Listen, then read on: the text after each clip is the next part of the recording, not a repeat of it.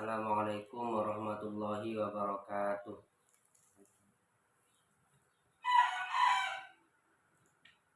Kita akan membaca bait ke 10. Kemarin itu 8, 9. Bismillahirrahmanirrahim. Hikamun nusijat biyadin hakamat tumman tasadat bil muntasiji. Hikamun adapun hikmah-hikmah atau perkara-perkara yang benar. Nusijat ialah dirajut biyadin hakamat dengan tangan hakamat yang memutuskan atau yang pasti. Summan tasadat kemudian intasadat terajut apa hikmah tadi, hikam tadi bil muntasiji dengan orang yang merajut.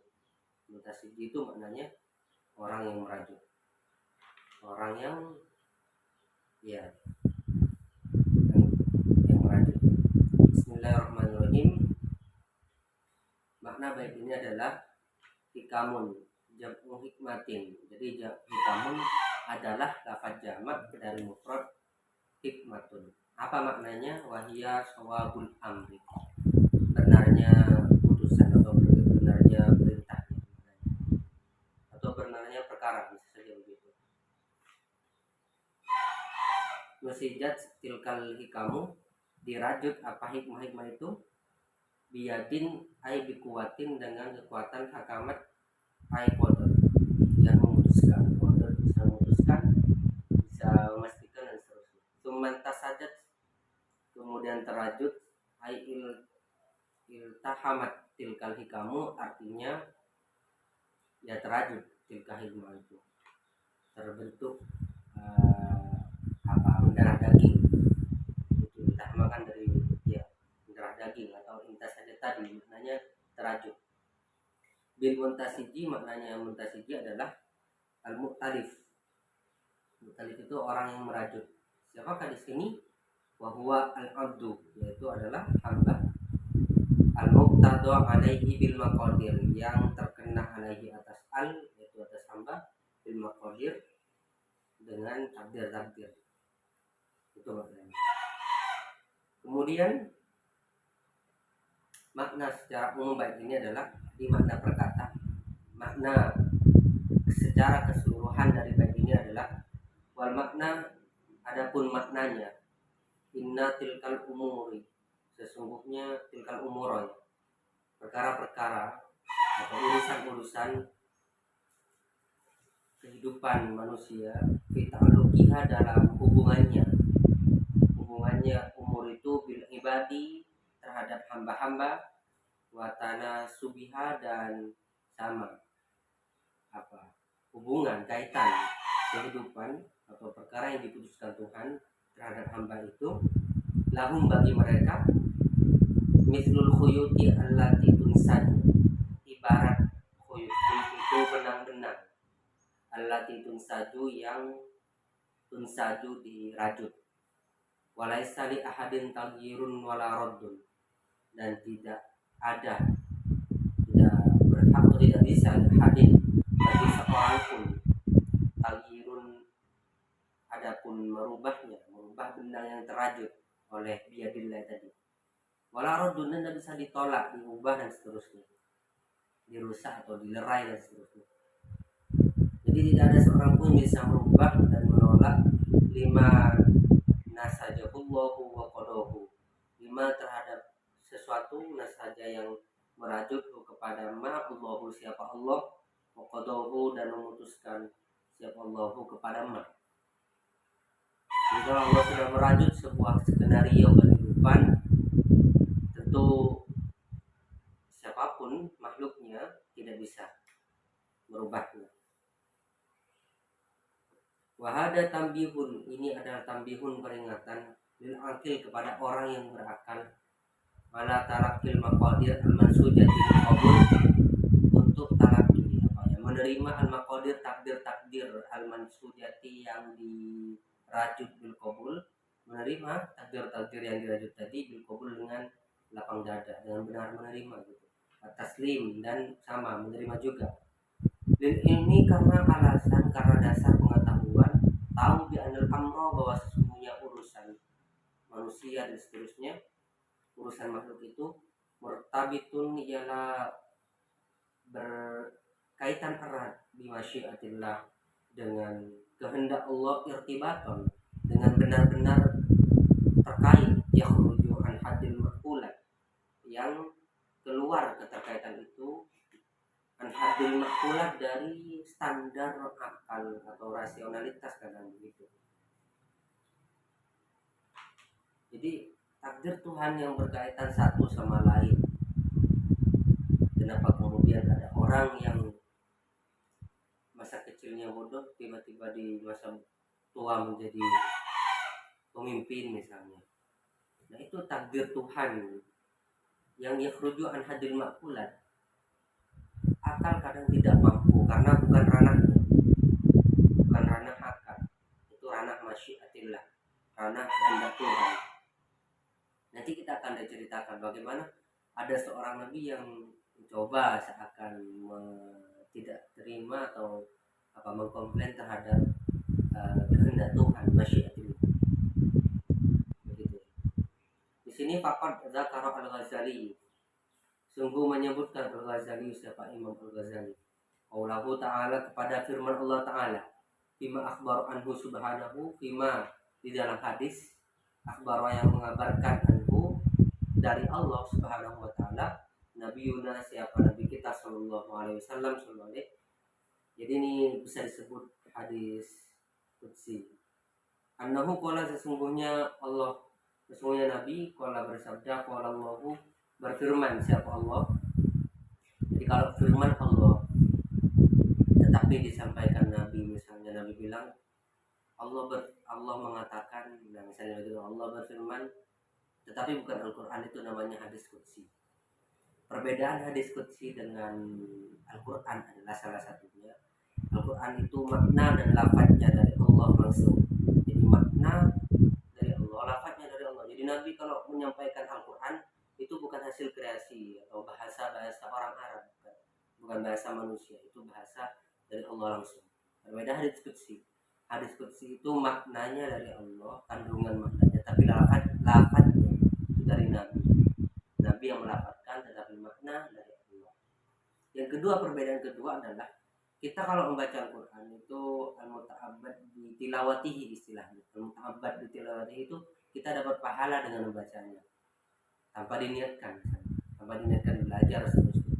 Berbeda dengan hadis, kita termasuk al-qudsi tadi, tidak al-muta'abbad bi tilawatihi. Begitu ya. Kemudian di sini dikatakan qala Allahu Ta'ala, berfirman siapa Allah Ta'ala, qaddatul maqadir, aku sudah mentakdirkan beberapa takdir, wadabbatut tadbir, dan aku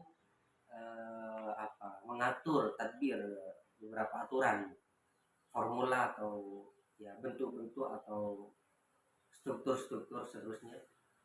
Wa ahkamtu sun'a, dan aku sudah memutuskan sebuah kreasi atau ciptaan. Faman rodiya falahur ridho minni hatta yalqani.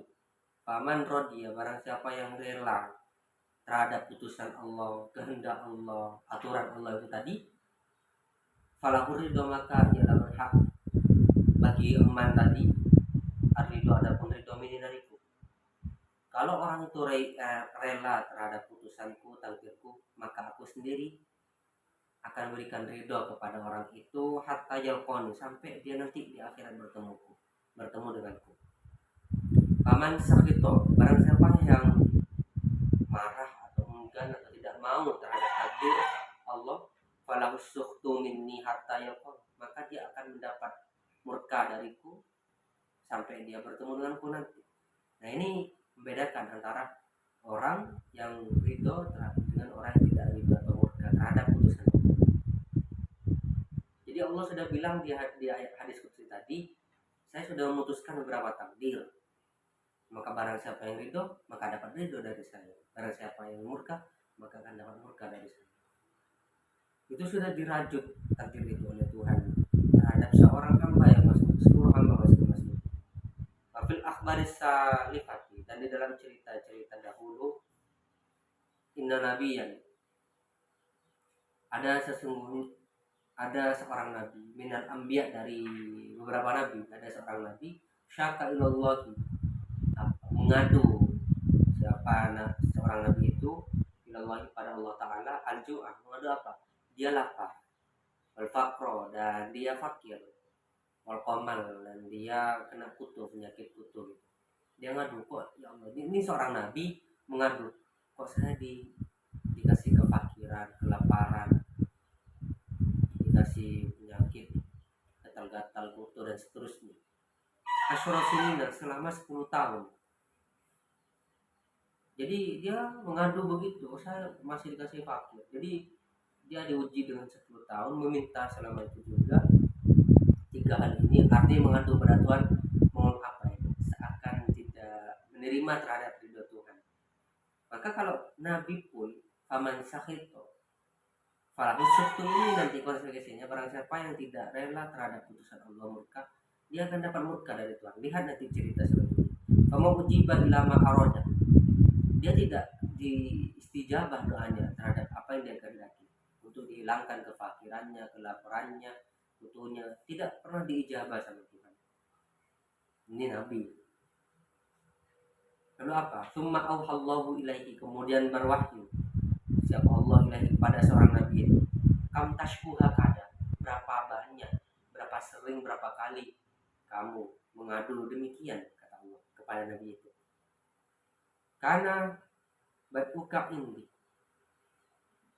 fi umil kitabi, sementara itu sudah saya putuskan dalam aturanku sendiri, fi umil kitabi, dalam umul kitab, yang apa yang akan terjadi padamu, qoblaan akhluqas samawati wal ardu, sebelum aku menciptakan bumi dan langit. Penyakit kamu, kemiskinan kamu sudah aku putuskan sebelumnya, sebelum menciptakan langit dan bumi. Wa hakada sabaqala kami, itu sudah ada sebelum kamu, skenario hidupmu itu sudah ada, mini dariku, sudah aku putuskan sebelum aku menciptakan langit dan bumi. Wa hakada qadaitu alaika, dan demikianlah aku memutuskan kepadamu, qabla an akhluqad dunya, sebelum aku menciptakan dunia. Lalu apa firman Tuhan selanjutnya? Afaturidu an u'ida khalqad dunya min ajlika, apakah kamu ingin aku mengulang penciptaan dunia ini gara-gara kehendakmu itu, gara-gara keinginanmu, hanya untuk memenuhi keinginanmu? Apakah saya harus ulang skenario kehidupan semua makhluk ini demi kamu? Am turidu an ubaddila ma qaddartu laka, atau kamu ingin aku mengganti, merubah apa yang saya putuskan, kata Allah, untukmu? Apakah kamu ingin merubah apa yang saya sudah putuskan untukmu? Aku inginnya, kata Allah, saya inginnya memutuskan begini kepada kamu. Kamu ingin merubah putusan saya. Apakah kamu ingin begitu? Lalu lanjutannya, fayakunu ma tuhibbu fawqa ma ahabbu, maka ada apa yang kamu inginkan seakan-akan melebihi tingkatannya di atas keinginan saya, kata Allah. Kamu ingin dikabulkan apa yang kamu inginkan, padahal yang diputuskan oleh saya tidak demikian.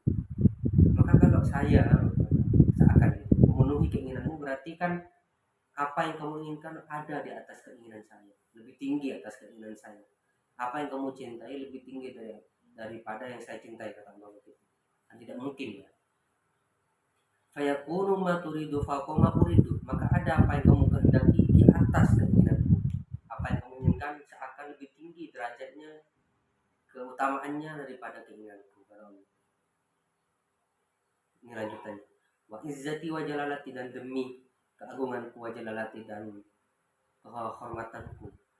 In talaja, sungguh jika di hatimu terbesit hada ini, muncul kembali, atau berkata gagap, kalau di kamus itu talaja berkata gagap, artinya terbesit kembali ada apa permintaan kamu untuk menghilangkan kefakiran dalam dirimu, kelaparan, penyakit kutu itu, fisodrika, dalam hati muncul kembali, marotan ukhro, kedua kalinya atau di lain waktu, lamuhawwinaka, sungguh aku akan menghapus kepadamu min diwani nubuwah, dari koridor atau zona kenabian. Kalau kamu ingin merubah itu, nanti kalau timbul lagi di hatimu, maka kata Allah, sungguh aku akan mengeluarkan kamu dari zona atau istana kenabian itu. Oleh karena itu, waqala Abu Darda berkata, dirwatul imani, adapun puncak keimanan adalah as-sabru lil hikam, sabar terhadap putusan Allah itu. Waridho bil qadri, sama, dan ridho terhadap kadar atau takdir Allah. Puncak keimanan seseorang sabar terhadap putusan Allah, ya, dan ridho terhadap takdir Tuhan, itu intinya. Termasuk cerita Nabi tadi yang dikatakan, apakah kamu ingin apa yang kamu cintai seakan-akan melebihi cintanya Tuhan, lebih tinggi, sehingga harus dikabulkan? Itu harus disadari.